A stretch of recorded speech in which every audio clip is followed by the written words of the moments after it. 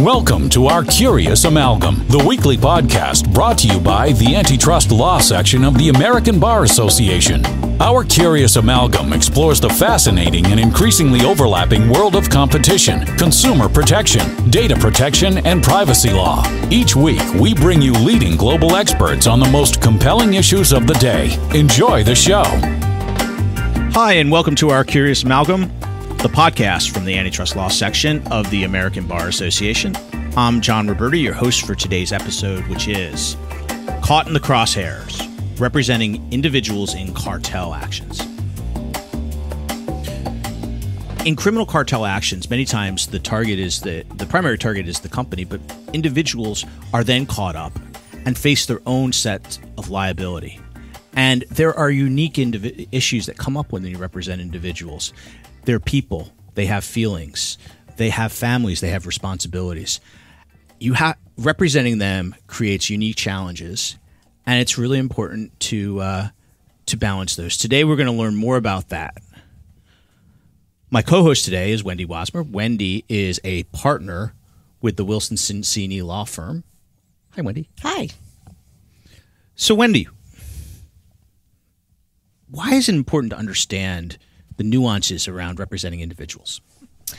So I think a lot of people watch trials on TV or they see the newspapers, but they very rarely know what goes on behind the scenes when your client is sitting next to you, is facing a charge or facing trial. And so what we're going to talk about today is, what does it feel like to be the lawyer who's basically sitting right next to the client, who's facing the judge or just got visited by the FBI?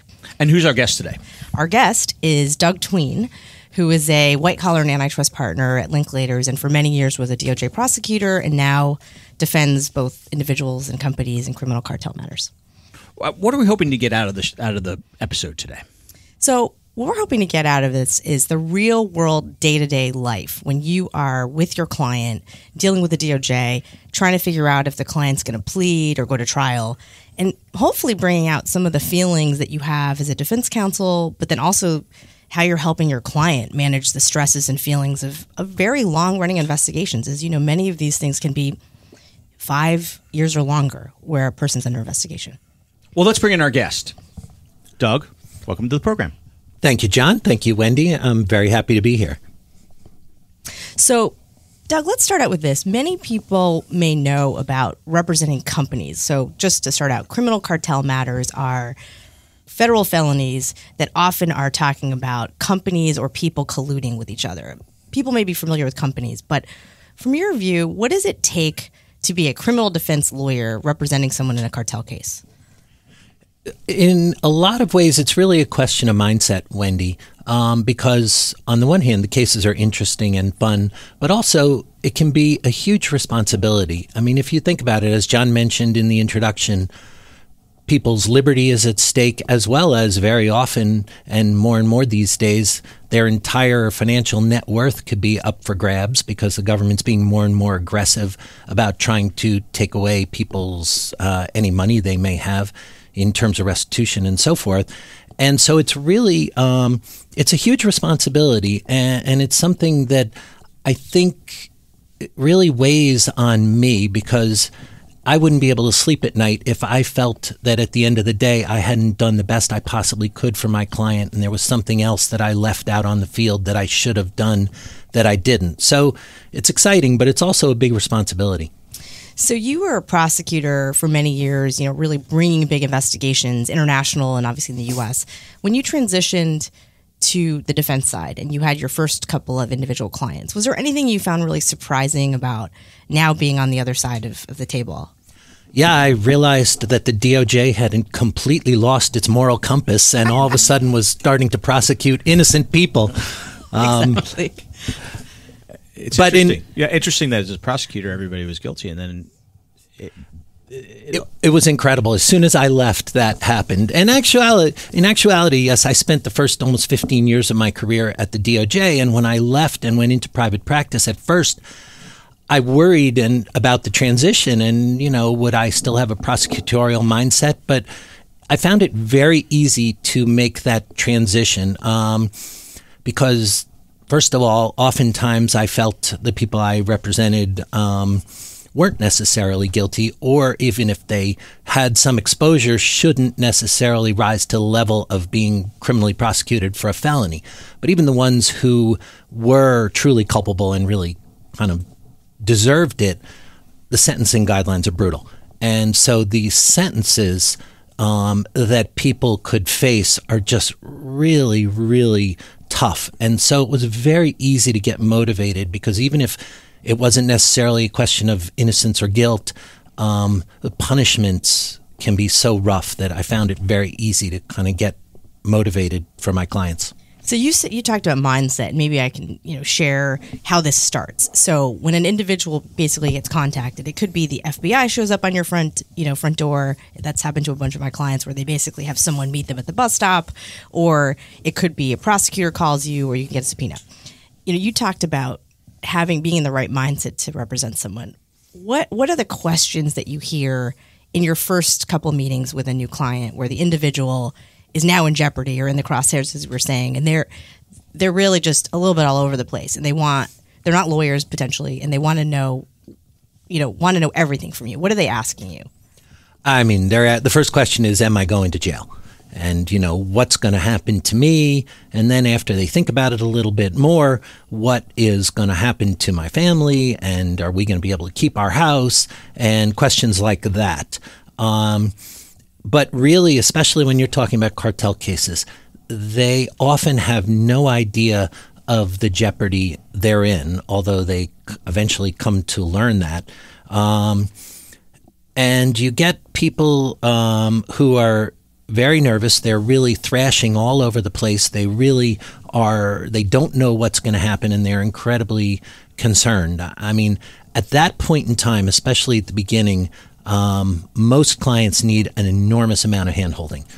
So I'm calling them every day, even just to chat, even just to say, hey, 5 minutes, I was just thinking about your case, nothing to report, but I did want to ask you about blah, and just kind of finding excuses to be talking to them, because there's a couple things that I think clients want at the very beginning. And one is that you make them feel that they are your most important client, even if you have 20 others, and that you know what you're doing. You've been through this 100 times, and you're going to help them and really, do the best they possibly can, that they're in very solid hands. I mean, those, to me, at the very beginning, you can't overdo that. I mean, if you don't pay enough attention to your client at the very beginning, they'll quickly find somebody else. The trust is lost.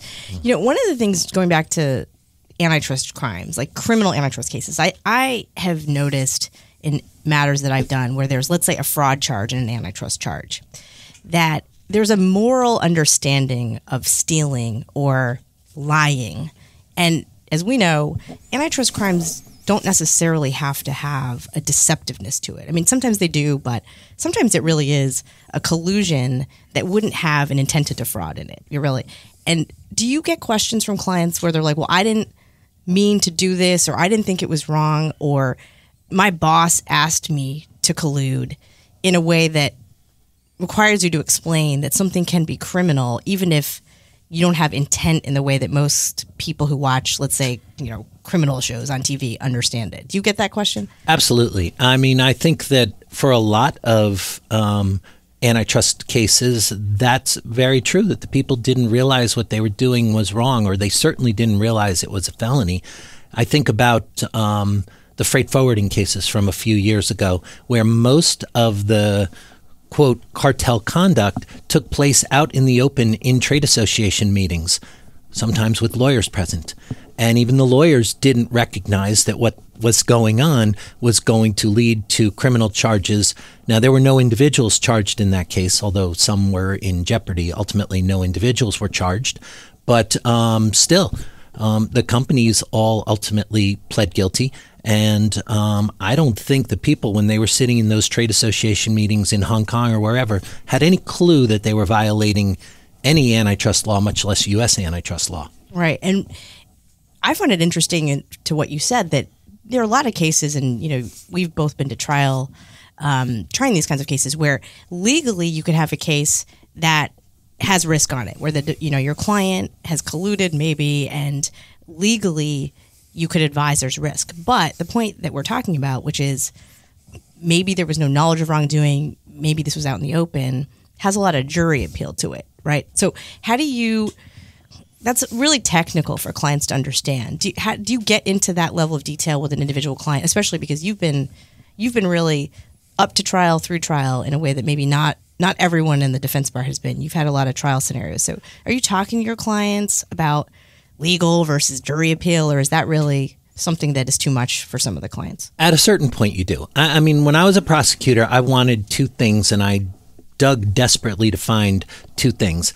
I wanted evidence that showed greed. So I wanted somehow to show that the person was personally profiting, even if it was indirect, even if they got a bonus, or their company did better, or they got a promotion or something like that. I wanted something that showed they had some personal motivation and incentive to participate in a cartel. And I wanted evidence of hiding. If there was any evidence of hiding, they were pretty much dead. That is the evidence that is the difference for the DOJ. Most of the time, that's the difference between them winning a case and them losing a case. Because if you have evidence of somebody hiding something, then it shows that at some level they knew what they were doing was wrong and they shouldn't have been doing it, and the jury eats that up. At the same token, if you have people doing things open and open and not hiding things, not trying to cover up, and after the fact also when they learn of an investigation, trying to delete evidence or other things. If you don't have any of that, it can be very hard for the DOJ to bring and win a case. Maybe that was some of the reasons why no individuals were prosecuted in the freight forwarding case. I don't know, but that would make sense to me. It's much easier to prosecute a company where the jury knows that the only consequence is going to be a big fine. Nobody's going to go to jail. And also where mens rea, state of mind, is collective. So you can take this email from this person and this email from a different person and this email from a third person, mush it all together, and you have the corporation's state of mind. But building a case that's going to send somebody to jail for any individual is much, much more difficult for the government. Help me understand the psychology of helping a client come to a decision. Again, you talked about a corporation, and with a corporation generally it's not awesome, it's a bad day, but it's usually only money. For an individual, it's a lot more than that. What are some of talk about the psychology in helping a decision, in helping a client come to a decision, not necessarily just to plead guilty, but maybe to turn on their boss. Yeah, absolutely. I mean, no matter where you are in the process, it's a really difficult decision for a person, and one that is a process. It takes a while for most people to sort of wrap their mind around it. Even if somebody is dead to rights, there can be situations where even if you're dead to rights, you're still better off going to trial. I had a trial a couple of years ago where the evidence, let's say, was pretty overwhelming. The government had 80 tapes of my client, including a videotape and audio tape of him patting down the informant and not finding the body wire on the informant. And when the guy says, "What the heck are you doing?" he said, "Hey, you can't be too careful." We went to trial, but the best plea offer prior to trial that the government had given was 17 years in prison. It was a securities fraud case. And that was just obscene for a 50-something-year-old man. We went to trial, and we used the trial, 3-week trial, as an opportunity to put in not exculpatory evidence, but mitigating evidence. So instead of showing it as a pump and dump, it was really a pump and keep, and he had invested all of his own money in the company, and he really thought that what he was doing was for the benefit of the company, and it was a viable business, and it's still in business now. And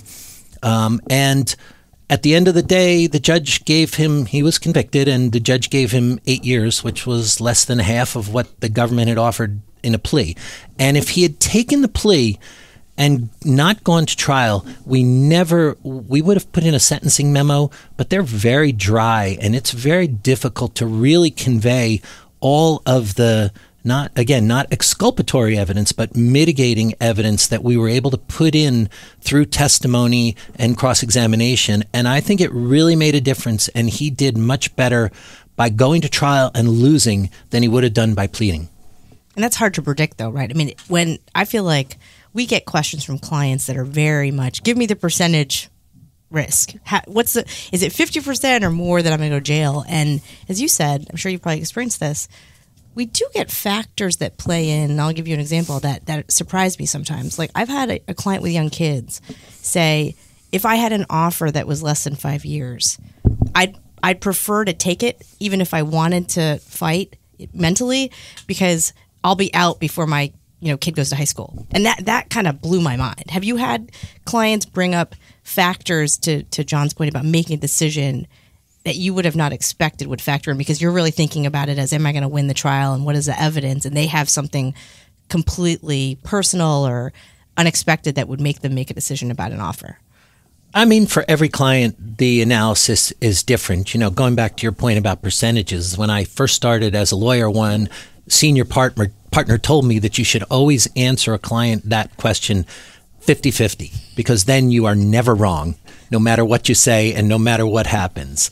But going to your question about whether or not there are factors at play, I mean, there are always all kinds of factors that go beyond the evidence in a case. The government always wants to sort of curtail or ring fence the matter to the facts at the case. But I think most judges that I've had experience with are much more interested at looking at the person holistically and really looking at their whole life. And a big part of what we do is telling the story that humanizes the person, whether it's at a trial or at a sentencing or something else, or even when, we all do some of our best advocacy pre-indictment, in terms of getting the government to not prosecute a certain person. All of that is where sort of really telling the story and giving a picture of the person, of the whole person, is really key. So what is it like to go to jail for an individual defendant? I have a client right now who has been sentenced to do 5 months, and which was great because the government asked for 16 to 21 years, and we got the judge to give 5 months in prison. But the problem with that is, if your sentence is under 6 months, they won't send you to a camp. They send you to a general population, and he's been designated to the MDC in Brooklyn, which is a general population place. And it's, from talking to clients who've been there and visiting clients who've been there, it can be fairly rough. It's really, there's not a ton of violence on the floors that white-collar defendants are sent to. They'll tend to be, 90% of the people in with them will be nonviolent drug offenders. But it still can be pretty rough. The food is atrocious unless you get the kosher meals, which are much better. You don't get a ton of exercise. You don't, because again, at the MDC, just sticking with that for a minute, it's designed as a temporary facility. It's mostly for people who are awaiting trial, and so you're in with a much more general population. The camps are a lot better. Some of them are really not bad, but even in the best scenario, you're still deprived of your liberty, and you're still, it's still jail. And it's got to be even being with nonviolent drug offenders, those people might be a little bit unpredictable. Absolutely. I mean, there are fights. You usually on the white collar type of floors, you won't get stabbings or assaults. You'll definitely get those in the other parts of some of the prisons. But there'll be fights. There'll be bullying. There'll be things like that. Absolutely. I mean, it's no picnic. We have a lot of, as you all know, that there's a lot of potential defendants or people under investigation who aren't even from the United States. So there's some practical situations, not only, let's say, if you're in Asia, but what's interesting, even if you're a U.S. defendant and you get sentenced, you don't get your pick of, you were talking about MDC, which is, in the Northeast, but you could be a New York defendant who then has a recommendation to be in the Northeast, and the Bureau of Prisons has the ability and discretion to send you to Arkansas. So I remember the first time I was, in a sentencing, I was thinking, oh, well, we can make a recommendation. Of course, the DOJ always does, but the BOP decides it. And that's, a significant situation, especially if your, client doesn't have the resources to have the family come. And so it's just something we take for granted when we're not, there, but we have to think about it for our clients. Absolutely. I mean, I had a client from New Jersey who was sent to Nebraska, and his family couldn't come out and see him. I mean, he saw his family once or twice in 2 years. I mean, it's really a rough situation. So let me ask you last question about international defendants. How do you give the advice about the risks of, let's say, hypothetically, staying in Tokyo forever? So I would tell them they don't necessarily have to stay in Tokyo forever. And if they want to travel, Cuba has beautiful beaches. North Korea has some interesting sightseeing. And Iran is probably a good place for them to go. But other than that, I think they really should stay within their home country, because I think there are very few countries in the world that will extradite for an antitrust offense their own nationals. But third countries have no problem handing over non-nationals. And so really, I think they are bottled up rather than they are bottled up in their home country for the most part. Doug, you obviously show us you love talking about white-collar law, cartel defense. What do you love about it? What's fun? I mean, with a new case, I like learning about a new industry. I find that really interesting. One of the really interesting things about antitrust law is that you really need to learn in great detail how some industry functions, whether it's generic pharmaceuticals or oil refining or whatever. It really is interesting to learn a business thoroughly and how a business really operates. And then representing individuals, the human side of it, I think everyone's got a story to tell, and everyone needs their story told effectively in order to get the best representation they can, whether that is in court or in front of prosecutors or wherever. And if you were to give advice to younger law students, lawyers who wanted to do what you do, what would you tell them? How would you tell them to get there? I mean, I would say that if you want to do it, the stakes are very high, and you really have to give it your all and leave everything you've got out on the field, because otherwise you won't be able to sleep at night. All right, well, let's learn a little bit about you. Doug, tell us something surprising, unusual about yourself, something that people who only know you professionally might not know. Okay, let's see. After college, I sang in a garage rock band, and we played CBGBs in New York several times. Did you do original music, or did you do covers? No, we did all originals. One or two covers, but pretty much all originals. We made, people ask, well, what did you sound like? I'd say we made Louie Louie sound pretty polished. All right, well, let's go to our last segment, which we call Our Curious Hat. And now it's time for the Curious Hat. All right. So, Doug, I have a camouflage hat. I'm not sure where we got this, but it has a series of index cards, and on these index cards is a question. Questions are numbered 1 to 25. Would you choose a card out of that hat, please? I will. Okay, and I'll read it. Okay. Okay, you've chosen question number 13, which is if you couldn't live in the United States, what country would you like to live in? That's a great question, and a really hard one to answer, because in my current practice, I travel internationally all the time. My passport is about an inch thick and really pretty full at this point. Yeah. So I find China really fascinating. The country is so big, so diverse, has so much going on, and the food is fantastic. And my daughter has moved back, but my oldest daughter spent a year and a half in Southwest China. I'd probably say China. How's your Chinese language? I can say three things. I can say hello, I can say thank you, and I can say bottoms up. all you need. And I seem to be able to get by with those 3. And with that will do it for today's show. We will be back next week with our next episode of Our Curious Amalgam. Thank you for listening to this week's episode of Our Curious Amalgam, a competition, consumer protection, data protection, and privacy law podcast. It is produced and shared around the globe by the ABA's Antitrust Law Section. The opinions expressed by the participants in this podcast are their own and do not necessarily represent those of their employer or other organization. If you like what you heard and would like to become a member of the American Bar Association, please check out what the Antitrust section has to offer at ambar.org/antitrust. If you have suggestions for topics or are interested in participating in a future episode, please reach out to us at ourcuriousamalgam@americanbar.org. Until next time, thank you for listening.